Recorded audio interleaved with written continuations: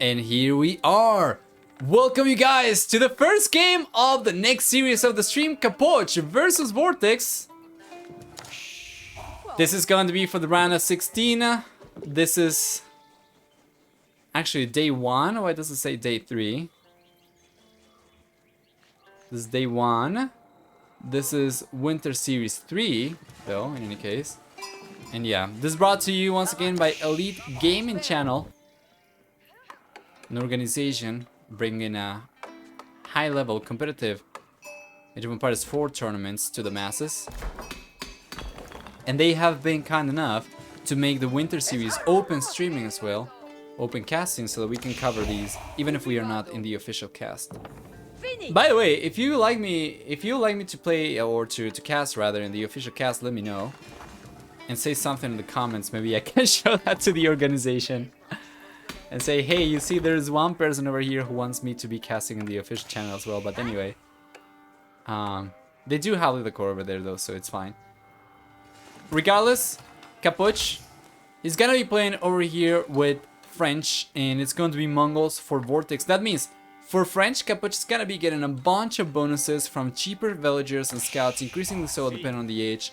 The cheaper eco upgrades is going to have also a discount on drop of buildings, right?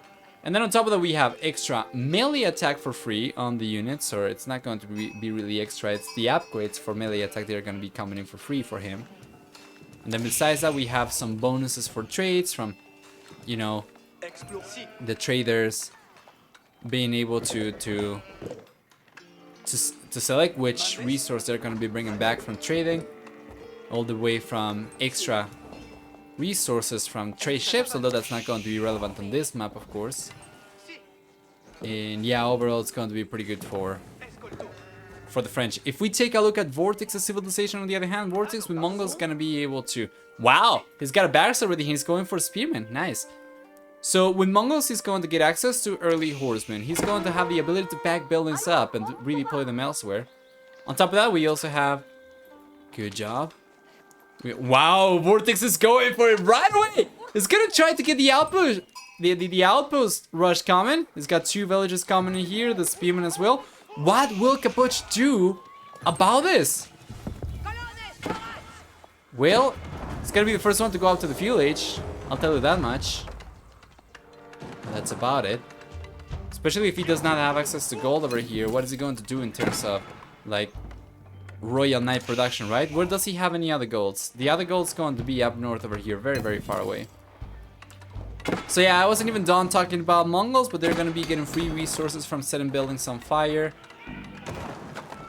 Gonna have on top of that also 200 population support at the very beginning from the get-go, as well as the ability to produce twice a unit simultaneously or improved version of upgrades from buildings nearby the oval, which is how he's going for double Spearman production over here. But yeah, the output does come up, and we have an outpost over here for Capoch. What is he going to do? Not too much. This outpost basically prevents Vortex from going for extra outposts around that he'll be able to take advantage of. So yeah.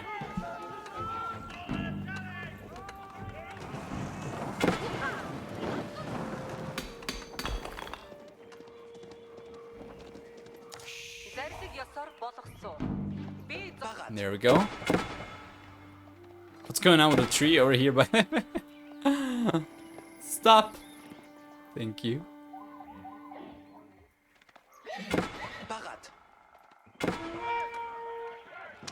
Is he gonna try to go for an outpost elsewhere? Yes, he's going for an outpost up north over here. This is beautiful. This is going to make it very, very hard for Capoch to get access to wood later. Eventually, when he gets pushed away from this wood line, he's not going to have any choices anymore. And I'm pretty sure we're gonna see Vortex come for an outpost probably around this area himself very soon. So that's going to allow him to, or probably more like around here or around here, that would allow him to push the villages away from wood. Yeah, there we go, he's going for it right away, right? So that's pretty good. And that's going to allow him to push villages away from wood. And because he already has a preemptive outpost over here, it's going to be impossible for Capoch to go and collect wood from there already. Thus, Vortex will end up denying all the wood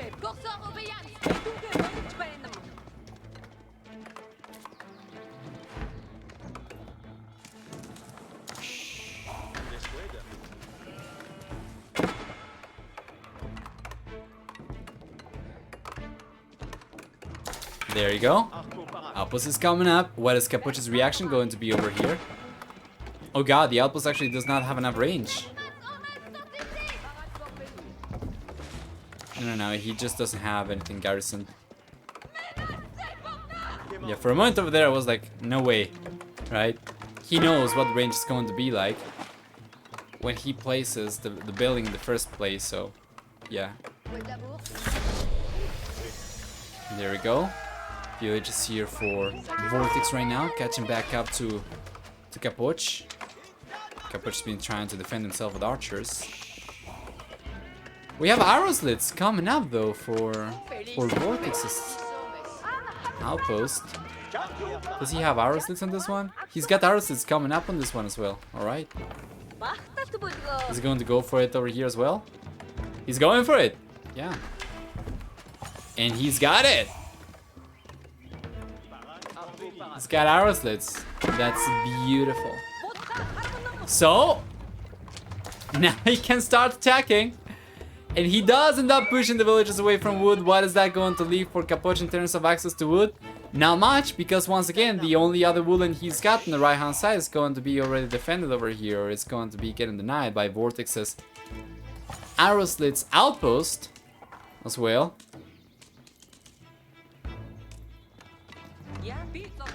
Capuch struggles big time. Yeah, he cannot do anything over here.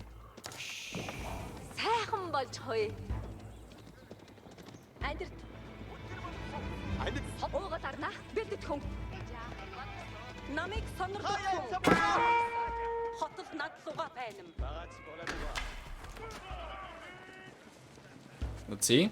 Very good defense though for Capuch overall. It's just the wood situation is going to be kind of worrisome. He's had to send all the lumberjacks down south very far away. Meanwhile, we take a look at this and Vortex has been basically uncontested back home. He's been completely fine. Interesting though that he did not send the deer stones forward, which usually is the case when you're going for these kind of rushes, but or outpost rushes, but yeah, still. Capuch was trying to get the outpost up over here. No way this is coming up.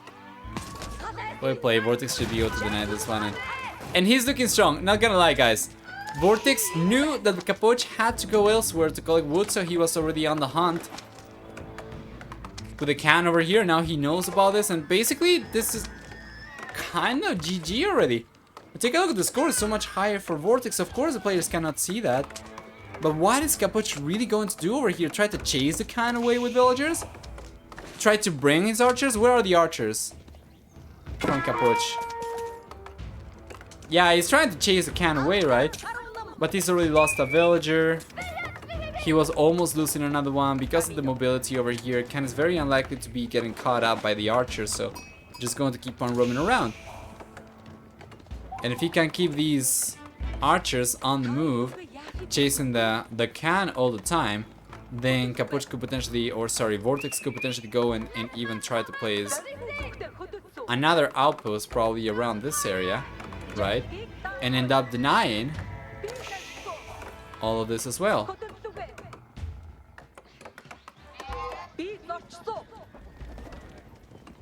Nice defense though.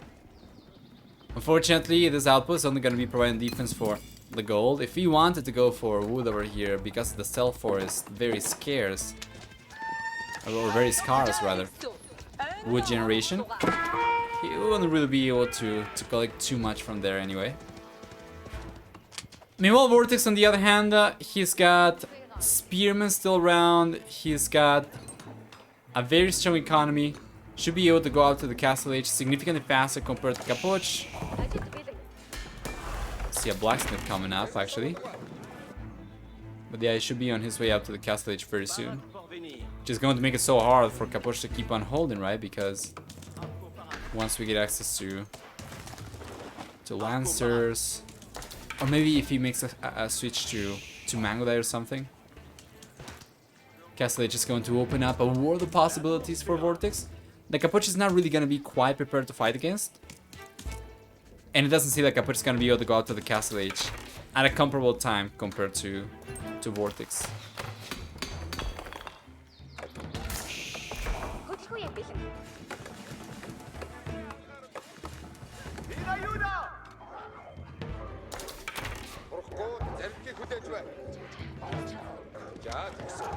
He's getting closer. What does the villager count like for both players at this point? We have 36 villagers for Vortex. Capuch is on 38 villagers, so very, very close so far. See Rams coming out from Capuch. He's had to go for siege engineering. Meanwhile, though, Vortex is coming here. He's got archers himself. He's got spearmen coming up as well. He's been cooking up a push. Meanwhile, oh, he got pushed by Capuch's archers though, and he ended up taking 2 losses. 2 villagers going down over here. Wow, this could be really good for Capuch. This could be really good for Capuch. Meanwhile, Vortex over here keeps on roaming around with the units.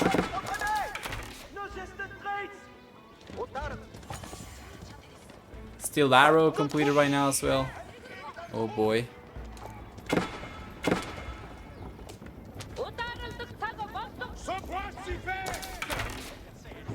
Yeah, Capuch's been able to defend just fine.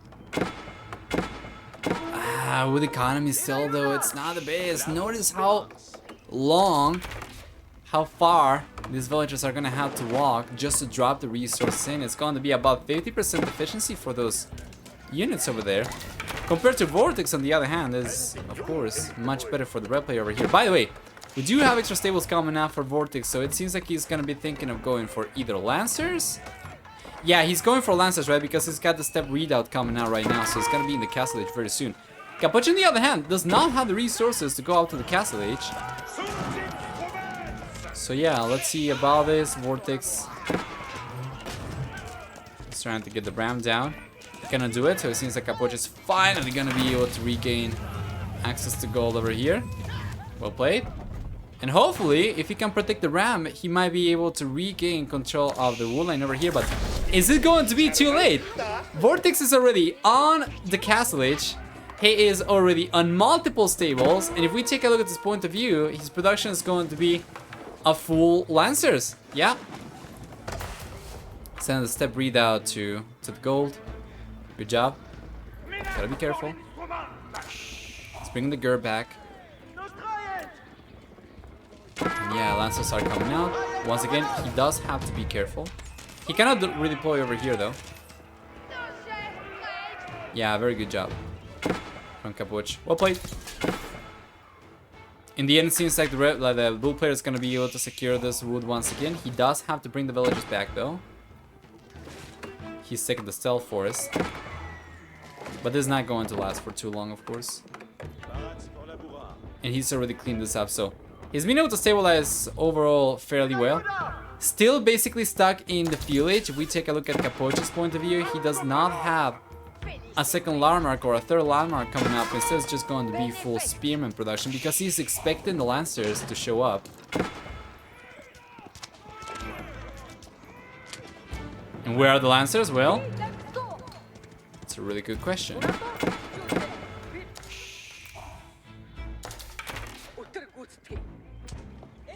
Where are they really?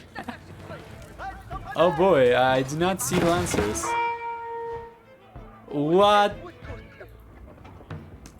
Do we have invisible Lancers or are they elsewhere? I only see the cans over here. So I have no idea. Yeah, I do not know where the Lancers are. I tried to search for it, but can't find them. Only the cans. Oh, there we go, there we go. We do have a Lancer forward. He did end up taking one village down over here, which Capuch was using to collect meat from the deer.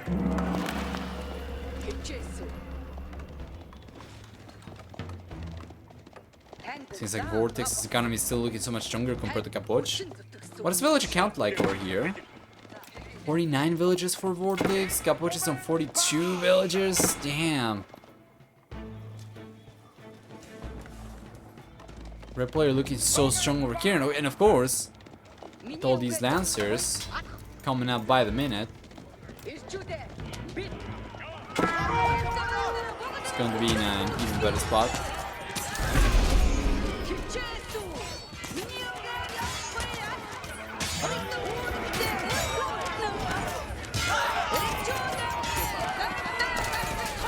There we go.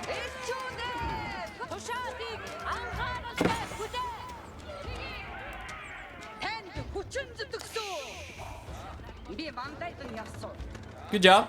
Good job. Capuch's been able to fend off these units from Vortex. But he's still significantly behind. He's gotta try and get the resources to go up to the Castle Age.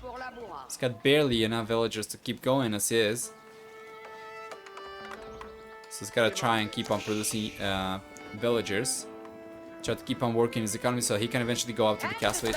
It's all fine and dandy with all these spearmen and the archers, but against Castle Age units they are very unlikely to work. Like we have, for instance, over here archers for Vortex only, but he could very well go for the veteran archer upgrade, right? He is going for melee armor though. And he gets cleaned up over here. But Vortex still has some Lancers to work with. Yeah, and this is pretty good. This is what I'm talking about. Just Castle Age units are going to be so strong. Overall, we take a look at the KD, and it should be significantly higher for Vortex. It is. It is. It's about 5 to 3 KD ratio in favor of Vortex, which is incredibly good because for Capuch to be able to keep up in population over here, He has had to go for a lot more units. He has had to train a lot more units compared to Vortex just to stay relevant, right? And 3 military units over here. 10 military units over here for Vortex. He's got a lot more villages instead. And yeah, so Capuch has lost the most units. He's produced the most units. And he's had the lowest villager count in this game. That's a combination that's going to result in you falling behind significantly. We see the Lancer over here as well, still trying to get some villagers down, and he's getting the second one. He's gotten 2 already. Make that 3. Wow.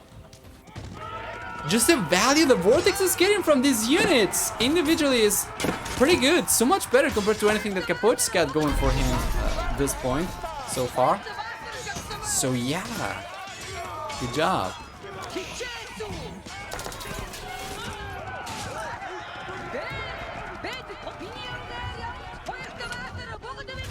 Let's see about this. Well played. Doesn't that couldn't everything up. Now Capuch is gonna be facing a bunch of Lancers from Mr. Vortex. 37 attack when fully charged. Bam! And 25 the rest of the time. These are just so much stronger. It's an incredible difference. What you get access to once you get to the Castle Age is going to leave everything from the Fuel Age in the dust. And Capuch just keeps on spreading himself too thin over here. It's just going for way too many units. Right? We take a look at the military count over here once again. Vortex is going to be on 18. We take a look at Capuch, and Capuch is on 13. He has produced a lot more though, but he has lost over 50 extra units compared to Vortex, of course, and he's still pretty much stuck in the Fuel Age. We take a look at current resources, and you can see that Capuch is nowhere near having enough to go up to the Castle Age. So this seems basically pretty much over at this stage. Seems like the writing's on the wall. We are just waiting for Capuch to either realize it or for Vortex to force the GG out of his opponent.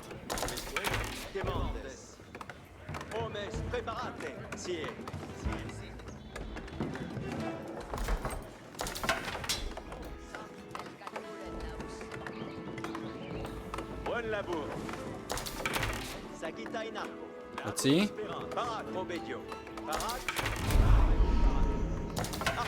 Sacred Side controls coming up over here for Vortex. He already has 1. He's got 2. He's got only 1 left to control. But yeah, this is what I'm saying when I'm saying that he's got to force GG out of Capuch, right? If your opponent's hard to kill and it's hard for you to seal the deal, You do have to go for one of these plays, either Wonder Victory or Sacred Side Victory. Very good use of the Stealth Forest over here for Capuch, by the way. We take a look at Vortex's point of view. He's got no idea what's coming up here. He's got a lot of Lancers, honestly. He could definitely take care of these Spearmen. He's just not going for it. He's trying to send the Magnum instead. This could be pretty good. He knows about the Stealth Forest over here, by the way, so is he waiting there to be units there or not? He can see Capuch's units going down south. And now over the right-hand side. And here comes a Vortex with the battles! He completely annihilates those Spearmen, going down to about 10 or 15% left, HP left in the HP pool of Capuch's units. Meanwhile, Vortex got the carbonization right now, which is going to be +2 attack on these units, as if they were not strong enough already. But the archers over here should be able to take care of these spearmen just fine. Let's see if he's going for any extra upgrades. He's going right now for extra attack on the archers as well. No military academy just yet, no. But he is going for veteran archers finally. Good stuff. And that's just going to be GG. Well, he did not have to keep control of the sacred sites for 10 minutes to win this one. But well played. Capuch does end up calling the GG, and Vortex is going to be getting a 1-0 lead. Let's update the score. For player number 2, we have 1. And Capuch is down 0. If we take a look at the timeline, on the other hand, we're going to see a... There we go. Going to see a higher total unit count for Vortex in the end. And even though Capuch was able to keep up for the most part, he has had to spend so many extra resources once again on a much smaller economy because he was on less villagers and he had to produce a lot more military, and it was just, of course, a recipe for being stuck to the feudal age forever. Meanwhile, Vortex, on the other hand, ever since he got to the castle age, he's just been getting stronger and a stronger lead. Better eco stats, better military stats over here with a very nice KD over here, approaching 3-to-1 ratio, and well played. So we're gonna jump into KNR 2 as soon as it becomes available to us. There we are! Game number 2! Hill and Dale, Holy Roman Empire versus Chinese.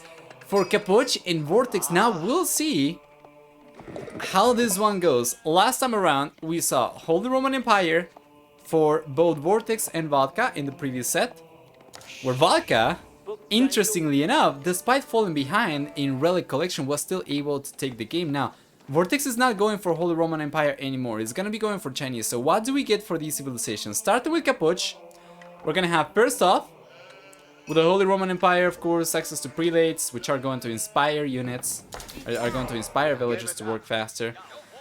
And he's got it. Well played. On top of that, we also have, for the whole Roman Empire, the whole relic collection system, by which they're going to be able to improve buildings, right? They're going to be able to also increase attack rate on navy units, although that's not going to be relevant over here. And then we also have the Vanguard Minotaurs, not the Vanguard Minotaurs, sorry, the early Minotaurs in the feudal age, in cheaper emplacement upgrades as well. But yeah, let's take a look at Vortex's civilization on the other hand. With Chinese, his villagers can build stuff 100% faster and 50% faster for defenses. They also get the Imperial official, right? We have, on top of that, also for Chinese, the whole dynasty system, which, let's see if it's working right now.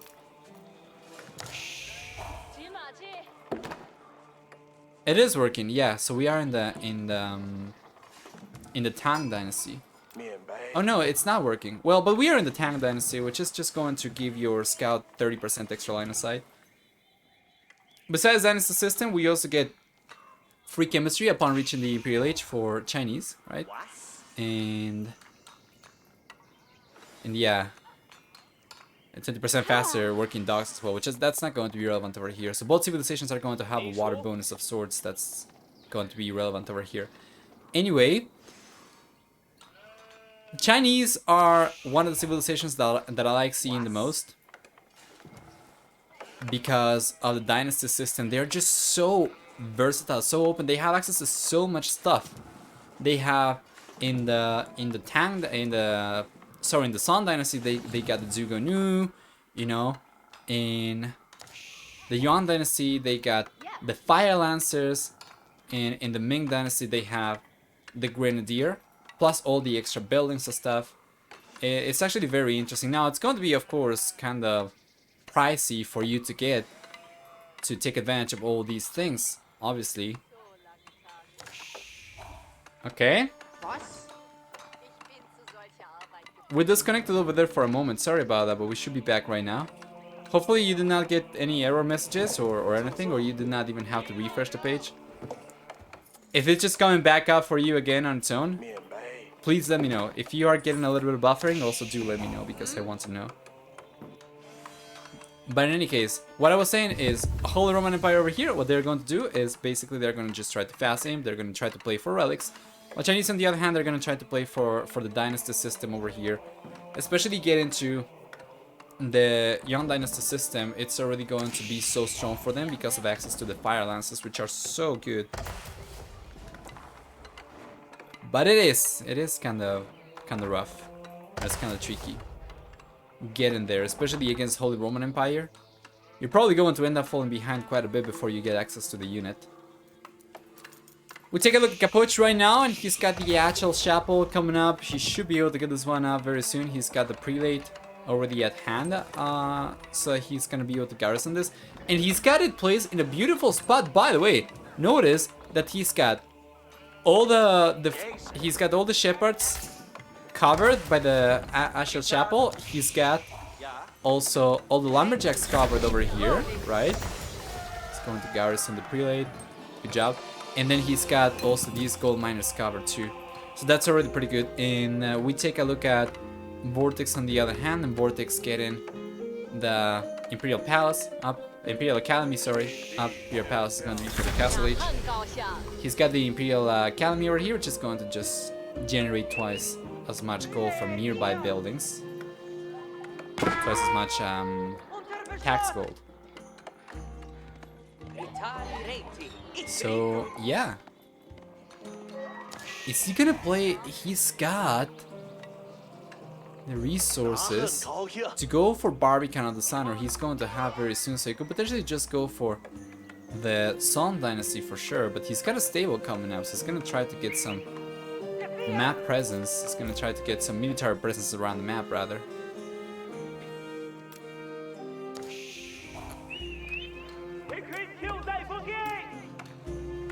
There we go, professional scouts coming out for Capuch. Interesting. He's just going to collect these, I imagine. Well, that's beautiful. This Actual Chapel is going to be so good for his economy. It's ridiculous. Why? Well, because he's going to be able to drop the deer right next to the TC over here, very close to the Actual Chapel. So that's going to sustain food production for so long. He's going to try and get these on the left-hand side first. Oh, well, Vortex is going to try to steal the deer. He's going with one already. And he's sending 1, 2, 3, 4 scouts, 5 scouts forward, 6 scouts out in the open for Vortex, where he's gonna try to get the deer. I think he's getting only 1 so far. Meanwhile, over here we have 1, 2 deer, I think, that he's been able to collect so far.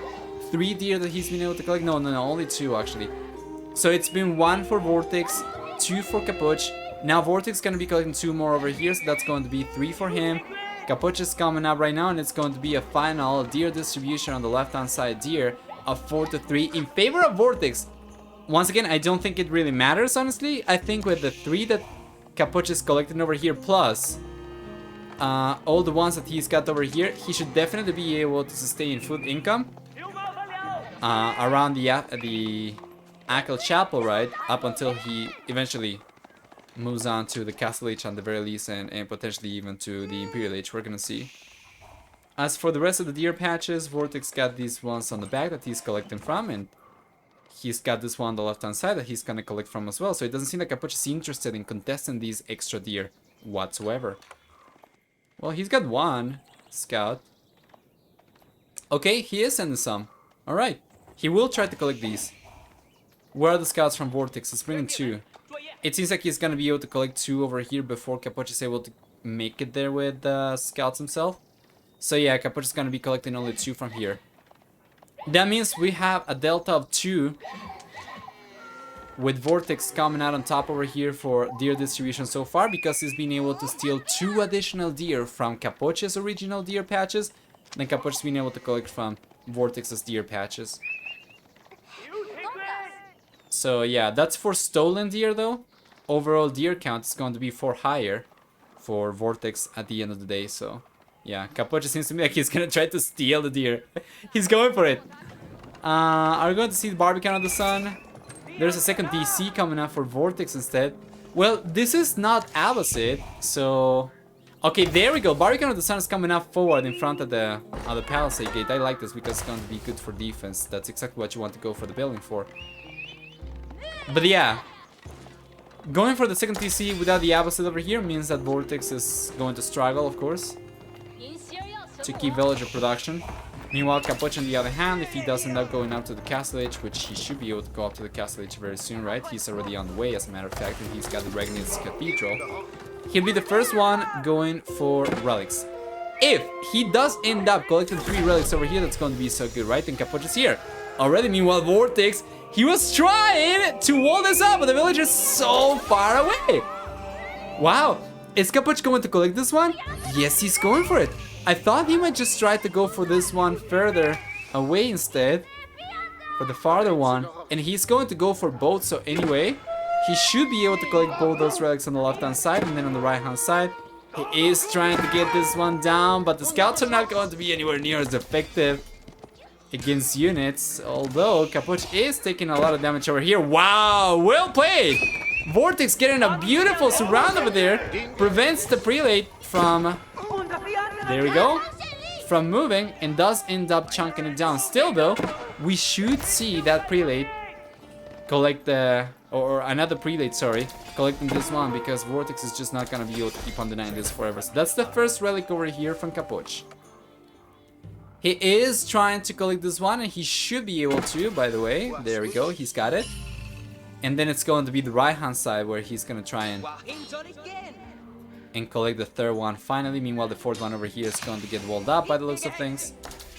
As the scout goes down over here from Capoch, yeah, Vortex is gonna be able to keep on working towards getting the walls up. And yeah, we have a horseman over here for Vortex. Now this is significantly better. We have 4 horsemen as a matter of fact for Vortex. So this is going to deny this relic for the foreseeable future, unless Capoch brings some stronger units, right? So he's got 1 knight over here. Let's see if he can do anything. If he could even bait those units away so that the prelate can collect the deer, that's going to be so strong. Yeah, the knight is looking so good over here. He's taking the horseman down. Unbelievable too.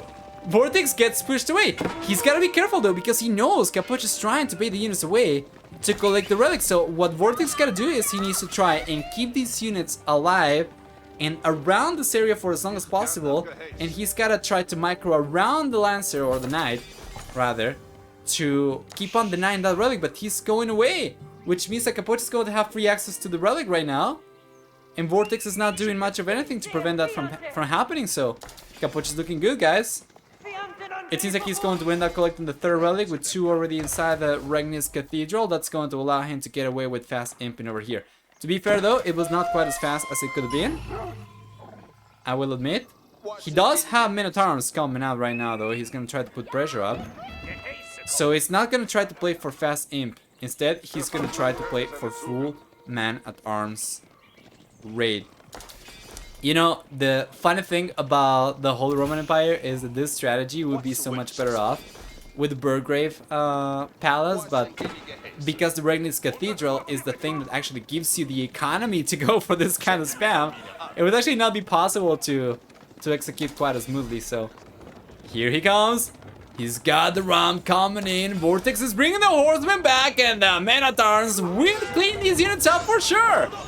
Well played. We might not have the bonus damage or the multiplier that Spearmen get, but Men-at-Arms are still incredibly strong, of course. Especially as horsemen still are not a heavy armored unit at all. Very good defense over here from Vortex and the Barbican of the Sun as well. Good job. Capuch is gonna try to get Sacred Side control over here. I see he's coming in. Vortex is trying to get the walls up, but I don't think he's gonna be able to do it. And the Horsemen, they are coming in. The left-hand side is open, and Vortex committed so many villagers over here to try and get the walls up. All in vain. The Rams coming here is gonna be able to break through this palace. He's gonna be coming in right into the TC as well, and he's gonna be taking that one down for sure. So many villages exposed over here as well, and Capuch is looking so much stronger right now. As Vortex reaches the castle age, he's gonna basically be only catching up to Capuch in terms of available units to go for as well. So what is he going to go for? It's gotta be Palace Guards, I imagine. He's up against Minotaurs over here, so anything less than that's going to be kind of lackluster unless he goes for maybe Lancers. He's got a stable though, but he is not going. He's not going for the Lancer, no. Wow.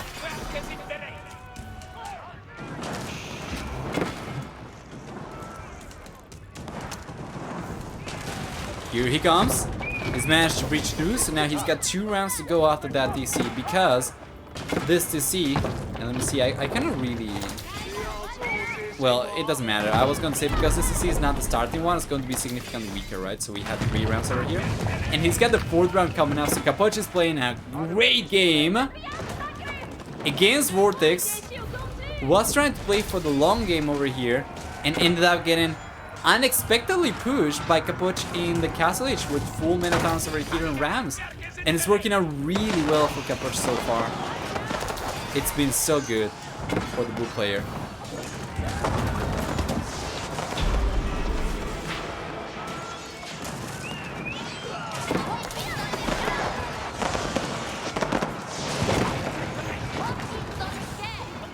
There you are.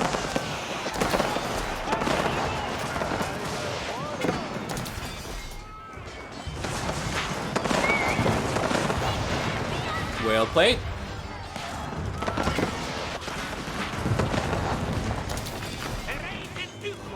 He's getting the landmark DC down as well.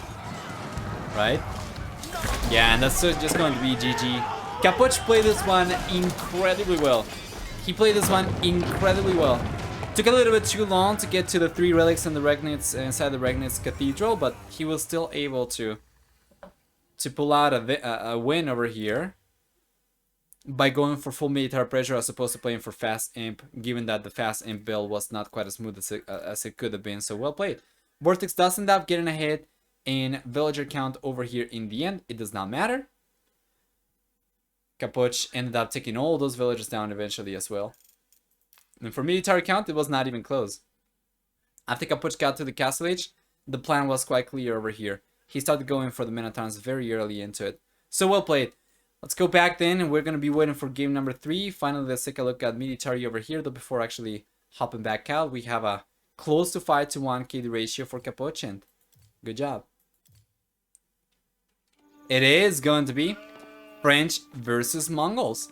We saw how Vortex was able to utilize Mongols against French in an extremely effective way in game number 1. And now we're gonna see what we get for game number 2. But what do we get for the home map over here? You can bet. Of course, we have Boulder Bay. I knew it. Oh man, this is going to be very interesting to see for sure. You know what, as a matter of fact, let me see what the win rate for both these civilizations is on Boulder Bay. A4world.com. Let's keep track of the can over here. See if he'll be able to do much of anything. I think he should be able to, yeah. That can's gonna be regenerating HP as well.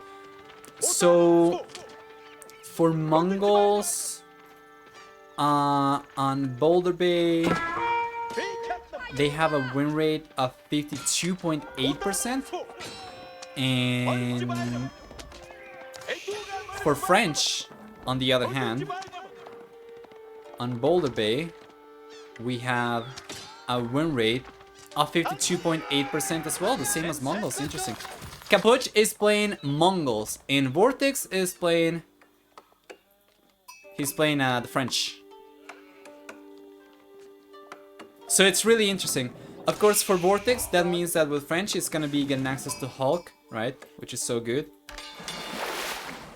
Besides that, they do get a bunch of extra bonuses from cheaper eco upgrades to cheaper villagers, increasing the so and scouts as well. He's gonna be getting free melee attack upgrades after he gets the blacksmith up, and so on and so forth. French are going to be actually a very interesting civilization over here.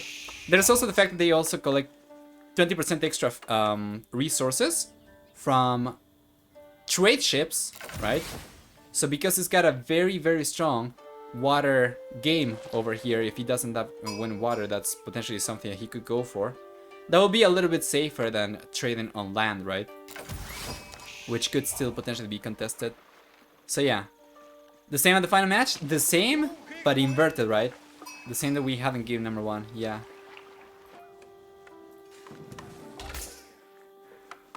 Which is why it's so interesting. If this was Dry Arabia, I would be all over Mongols, but on Boulder Bay, I don't know, man. I really don't know what Capuch is gonna try to do over here. And it also kind of catches me by surprise that he went for French in game number 1 as well, when he had those other civilizations to work with. He could have gone for anything else, and he decided to go for French, so... yeah, what gives? Now he cannot use it on Boulder Bay. This might have been a 200 IQ kind of draft play from Vortex, really, because he was expecting Mongols in game number 2, but if he lost game number 2 because he had already won game number 1 with Mongols already, he was going to be fine with French on Boulder Bay. So yeah, interesting.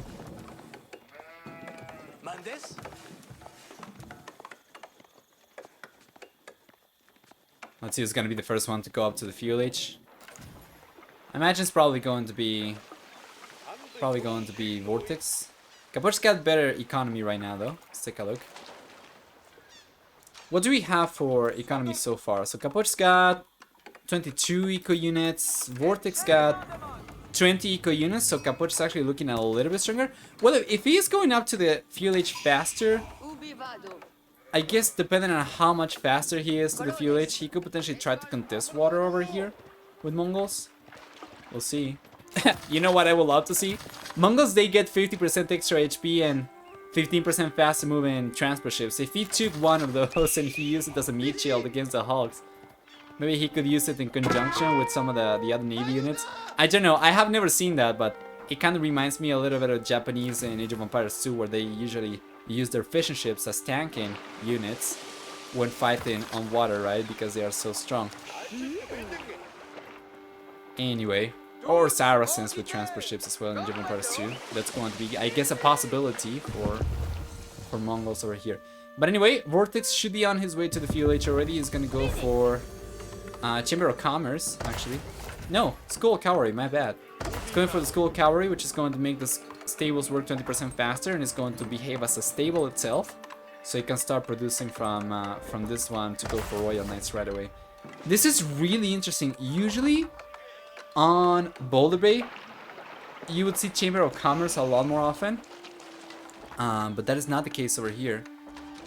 Let's take a look at Capuch's landmark. He's got to go for Deer Stones, right? Yeah, he's going for it. Okay, okay. Very, very interesting.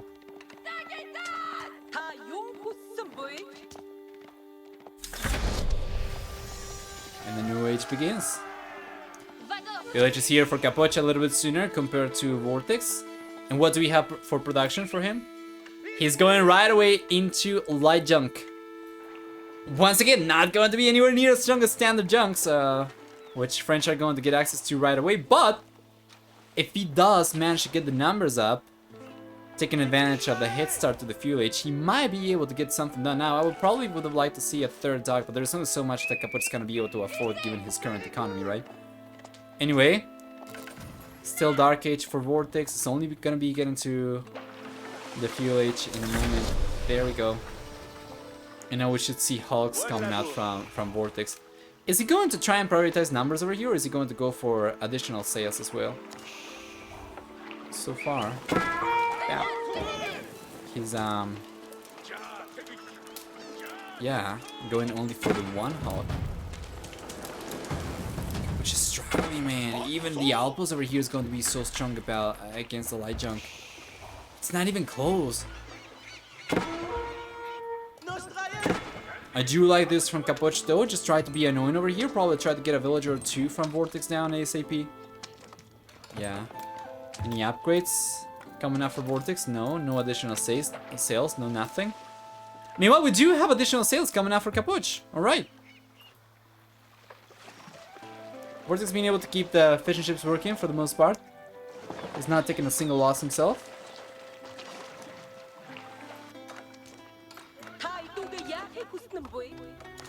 Good job.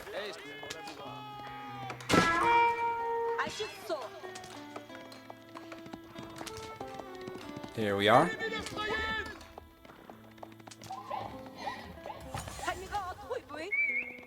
Let's take a look at this.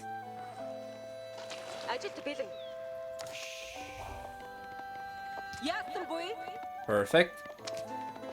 Yeah, Capuch's unit control over here is overall pretty good. How many light junks do we have for Capuch? He's got about 5 right now. I'm not the biggest fan of Capuch waiting so long to take an engagement. Meanwhile, over here we have only 1 hawk for Vortex, mind you. He is going for additional saves and he's got the second junk finally coming out.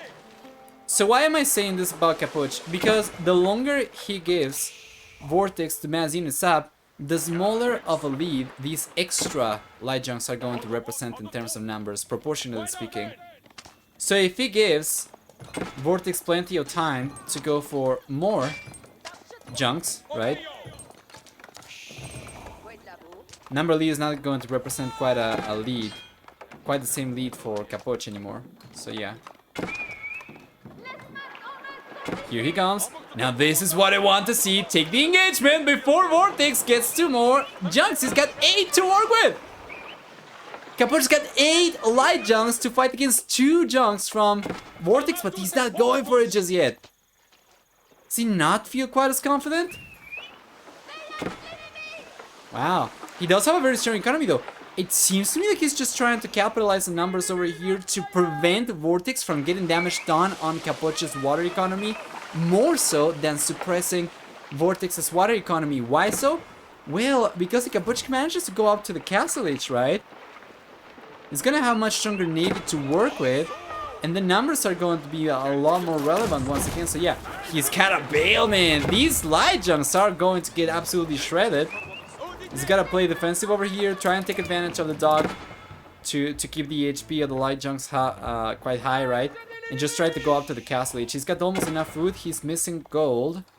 Where's he collecting gold from? He does have a good amount of gold miners, so yeah.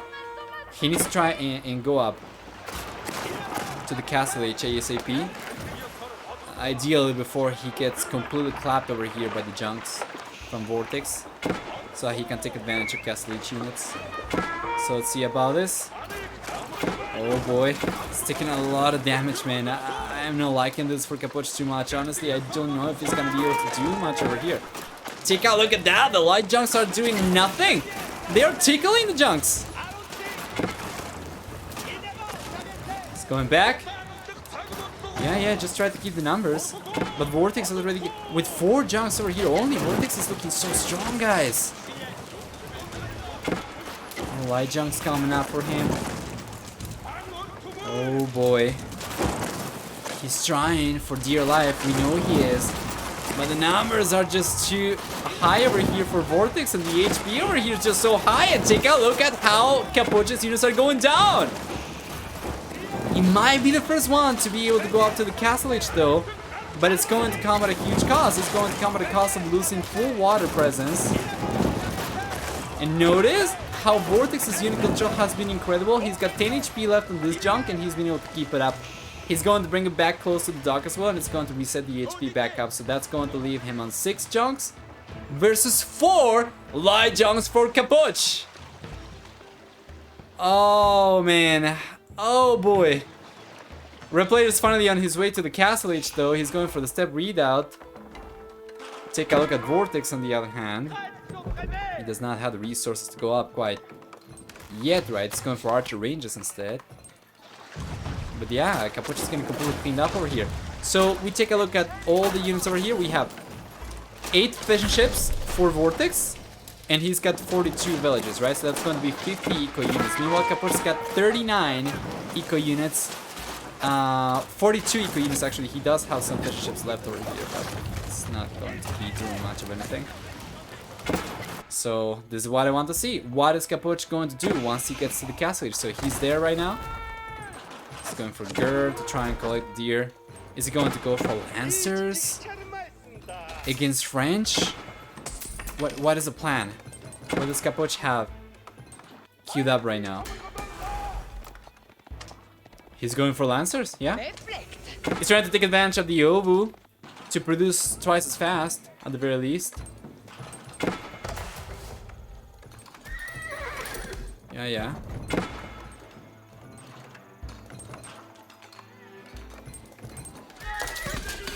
Here it is. And he's just gonna try to get the raids going. Meanwhile, how many Royal Knights do we have for Vortex?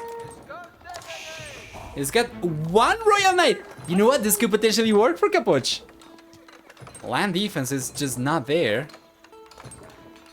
for the blue player, you know? There are stables coming, barracks actually coming up over here for Capoch. And Castle H has gotten here for Vortex.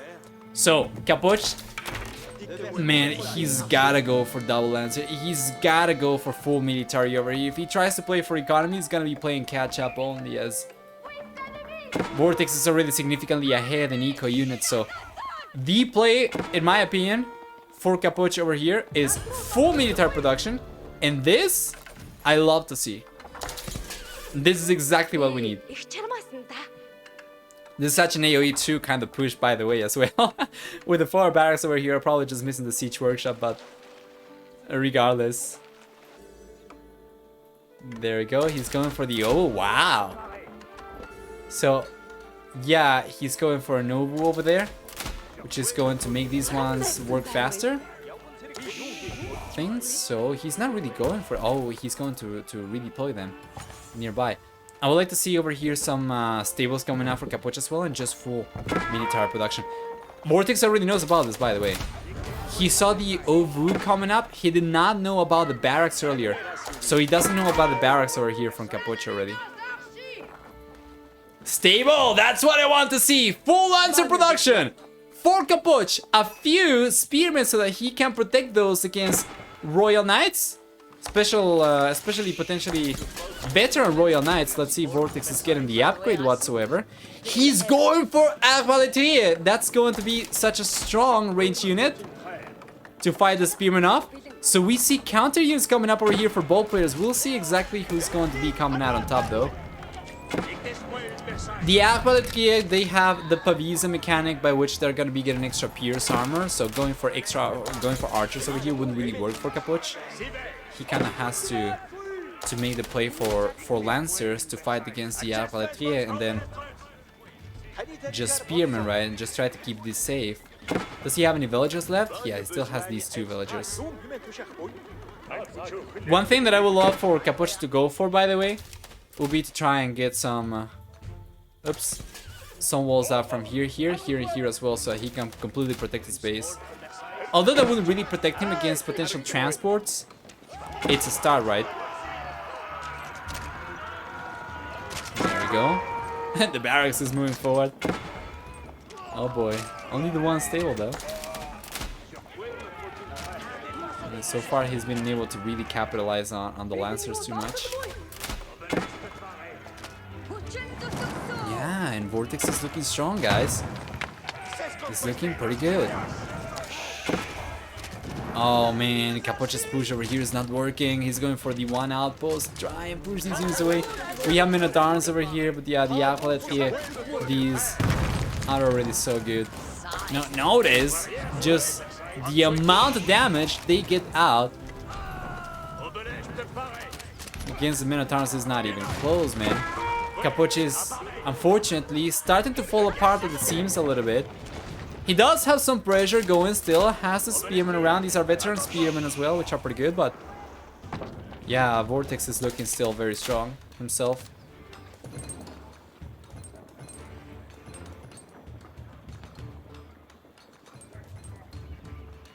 I don't know, guys. Honestly, Capuch is on the back foot right now. Positionally speaking, Vortex is in a much better spot. Let's take a look at this. Vortex got 48 villagers. He's got 20 fishing boats. He's got 20 fishing boats. Oh man, close to 120 population, 69 eco units right now. Nice. Meanwhile, Capuch is on 45. So we have about 50% stronger economy right now for Vortex. So yeah, in the end, the junk play over here did end up securing a lead. Quite a big lead for Vortex in this game. And Capuch, well, we know that he tried. He tried for dear life. And Mongols are very strong, man. But on Boulder Bay, you gotta go for French. And it once again, it makes me wonder why exactly he went for French in game number 1. When Rus were already banned. Probably would have wanted to leave French for his opponent and then just go for French on Boulder Bay himself. It just seems like Vortex outdrafted Capuch over here a little bit.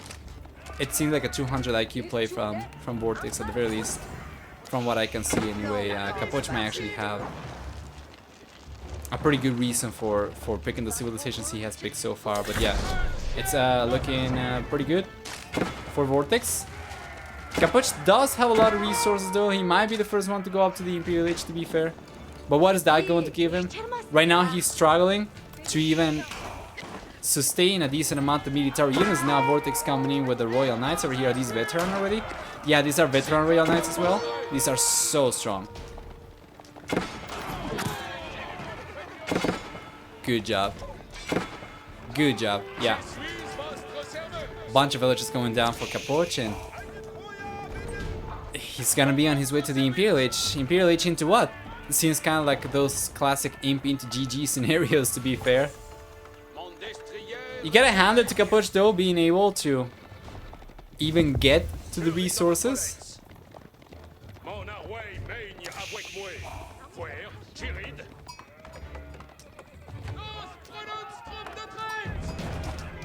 There we are.